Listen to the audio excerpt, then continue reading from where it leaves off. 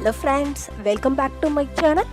இன்றைய தினத்தில் உங்கள் உடம்புக்கு ஒத்துக்கிற மாதிரி இன்னைக்கு நம்ம வீட்டில் கொசு மற்றும் ரேட்ஸ் உள்ள நுழையாம இருக்க இந்த ஹோம் ரெமடியை நல்லா தெரிஞ்சுக்கிடலாம். கொசு மற்றும் ரேட்ஸ் நம்ம ஆரோக்கியத்துக்கு பல நோய்கள் வர்றதுக்கு வாய்ப்பு இருக்கு. வீட்டில் இருக்கிற பொருட்களை பயன்படுத்தி எப்படி விரட்டலாம் அப்படிங்கிறத தெரிஞ்சுக்கிடலாம். ப்ளீஸ் என்னோட சேனலை சப்ஸ்கிரைப் பண்ணுங்க. அதுக்கு பக்கத்தில் இருக்கிற பெல் ஐக்கானை கிளிக் பண்ணுறதால ஒவ்வொரு லேட்டஸ்டான ஹெல்த் அண்ட் பியூட்டி அப்டேட்ஸை நீங்கள் பார்க்கலாம். முதல்ல கொசுவை எப்படி தடுக்கலாம் அப்படிங்கிறத தெரிஞ்சுக்கிடலாம். இதுக்கு நான் யூஸ் பண்ணுற முதல் இன்கிரீடியன்ட் கற்பூரம். கற்பூரத்தை எப்படி யூஸ் பண்ணலான்னு இப்போ தெரிஞ்சுக்கிடலாம். முதல்ல கற்பூரத்தில் 2 to 3 பீஸ் எடுத்து இதை நசுக்கிக்கிடலாம். ஸோ ஃப்ரெண்ட்ஸ், இந்த மாதிரி நம்ம பவுடராக பண்ணிக்கிடணும். இதை ஒரு தனி பவுலில் எடுத்துக்கிடலாம்.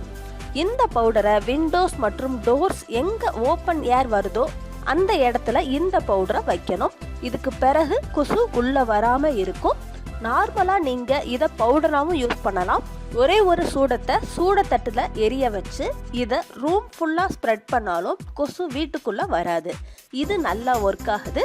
கொசுவை விரட்டுறதுக்கு இந்த 2 மெத்தடில் ஏதாவது ஒரு மெத்தடை ரெகுலராக யூஸ் பண்ணுங்க. நல்லா எஃபெக்டிவாக ஒர்க் ஆகுது. இப்போ நம்ம ரேட்ஸை எப்படி தடுக்கலான்னு பார்க்கலாம். ஸோ ஃப்ரெண்ட்ஸ், இதுக்கு முன்னாடி கொசுவை எப்படி விரட்டலான்னு ஹோம் ரெமடி பார்த்தோம் இல்லையா? இப்போ நம்ம எலிகளை எப்படி தடுக்கலான்னு பார்க்கலாம். வீட்டில் இருக்கிற பொருட்களை வச்சு எப்படி சரி பண்ணலான்னு பார்க்கலாம். இதுக்கு முதல்ல ப்ரிஃபரபிள் பண்ணுற பொருள் ஆனியன். வெங்காயத்தில் கிடைக்கிற ஜூஸ் எலிகளுக்கு பாய்சனாக ஒர்க் ஆகுது.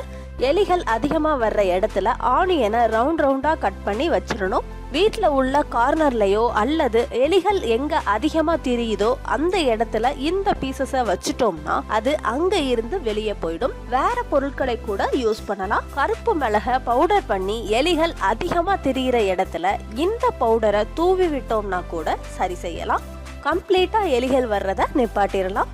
இன்னொரு பொருள் பிரியாணி இலை. இதை பே லீவ்ஸ் அப்படின்னு சொல்லுவாங்க. இதுவும் எலிகளுக்கு ஒரு பாய்சன். ஸோ இதன் மூலமாகவும் எலி தொல்லையை சரி செய்யலாம். இது மட்டும் இல்லாமல் இன்னொரு பொருளை கூட பயன்படுத்தலாம். Baby powder. எந்த பிராண்ட் பேபி பவுடர்னாலும் நீங்கள் யூஸ் பண்ணுங்க. இந்த பவுடரை கூட எலிகள் அதிகமாக தெரிகிற இடத்துல தூவி விடும்போது எலிகள் கம்ப்ளீட்டாக அந்த இடத்த விட்டு வெளியில் போயிடுது. இந்த ஹோம் ரெமடியை எல்லாம் நீங்கள் யூஸ் பண்ணலாம். தவறாமல் ட்ரை பண்ணுங்க. நம்ம வீட்டில் இருக்கிற எலிகளை விரட்டுறதுக்கும் யூஸ் ஆகுது. நான் சொன்ன மாதிரி கற்பூரம் யூஸ் பண்ணுறப்போ கொசுவை விரட்ட முடியுது. அண்ட் ஃப்ரெண்ட்ஸ், இதை எல்லாத்தையுமே தவறாமல் ட்ரை பண்ணுங்க. நல்லா எஃபெக்டிவாக ஒர்க் ஆகுது.